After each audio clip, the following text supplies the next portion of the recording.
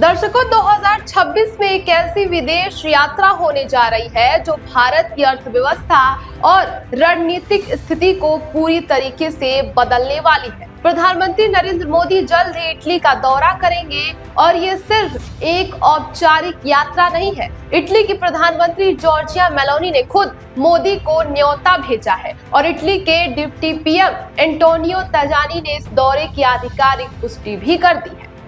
हालांकि अभी तक सटीक तारीख का ऐलान नहीं हुआ है, लेकिन राजनयिक सूत्रों का कहना है कि ये मुलाकात सिर्फ दो नेताओं की बातचीत नहीं होगी, बल्कि ये दोनों देशों के बीच एक नए युग की शुरुआत के तौर पर भी देखा जा रहा है। जानकार मान रहे हैं कि ये दौरा व्यापार, रक्षा और टेक्नोलॉजी के क्षेत्र में भारत और इटली संबंधों को नई ऊंचाइयों पर भी ले जा सकता है। असल में ये रिश्ता सिर्फ राजनीतिक नहीं है, बल्कि इसमें व्यक्तिगत तालमेल भी दिखता है। याद कीजिए, जब पीएम मोदी के जन्मदिन पर जॉर्जिया मेलोनी ने एक खास संदेश भेजा था, जिसमें उन्होंने मोदी की नेतृत्व क्षमता को वैश्विक दृष्टिकोण की जमकर तारीफ भी की थी। जवाब में मोदी ने भी इटली को भारत का सच्चा और भरोसेमंद दोस्त बताया था। ये सिर्फ राजनयिक शिष्टाचार नहीं था, बल्कि दोनों नेताओं के बीच एक मजबूत तालमेल को दर्शाता है। नवंबर 2025 में दक्षिण अफ्रीका में G20 समिट के दौरान जब दोनों नेताओं की मुलाकात हुई थी, तब भी उनकी केमिस्ट्री साफ दिख रही थी। दोनों ने मिलकर आतंकी फंडिंग रोकने के लिए संयुक्त पहल की घोषणा की थी, जो दिखाता है कि दोनों देश सुरक्षा के मामले में भी एक दूसरे के साथ खड़े हैं।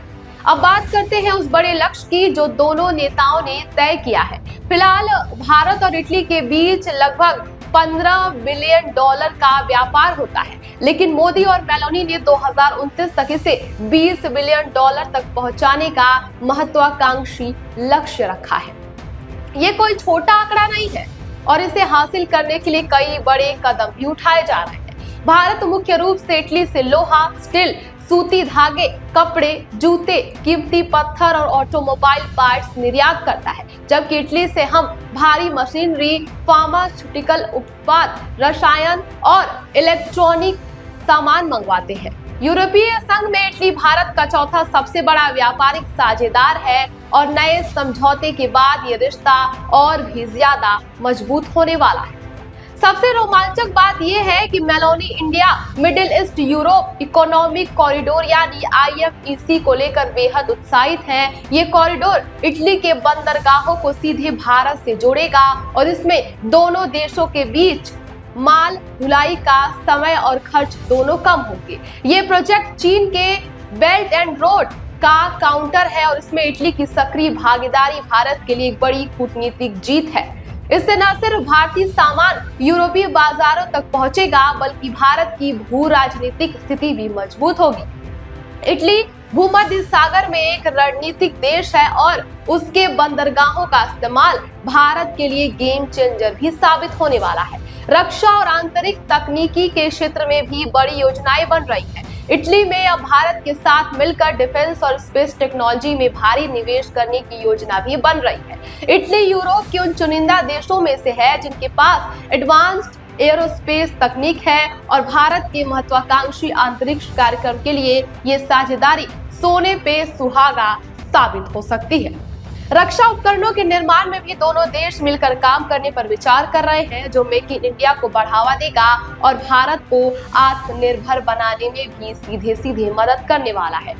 एक और बड़ी घोषणा ये है कि मेलोनी ने भारत में होने वाले AI इम्पैक्ट समिट 2026 को पूरा समर्थन देने का ऐलान भी कर दिया है। आर्टिफिशियल इंटेलिजेंस के क्षेत्र में भारत तेजी से आगे बढ़ रहा है और इटली जैसे विकसित देश का समर्थन भारत की तकनीकी क्रांति को और गति देने वाला है। इस समिट में दुनिया भारत के टेक दिग्गज हिस्सा लेंगे और इटली की भागीदारी इसे और प्रतिष्ठित बनाएगी।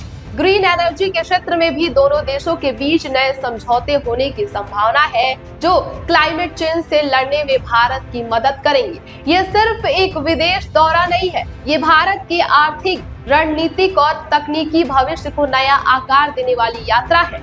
मोदी और मेलोनी के बीच केमिस्ट्री दोनों देशों में साझा हित और व्यापार बढ़ाने के महत्वाकांक्षी लक्ष्य मिलाकर भारत इटली रिश्ते को एक नई दिशा देने वाले हैं। जब ये दौरा होगा तब शायद हम कुछ ऐसे समझौतों की घोषणा सुने जो अगले दशक में भारत की तस्वीर बदल सकता है। क्या आपको लगता है कि ये साझेदारी भारत के लिए फायदेमंद होगी? अपनी राय कमेंट बॉक्स में जरूर बताएं।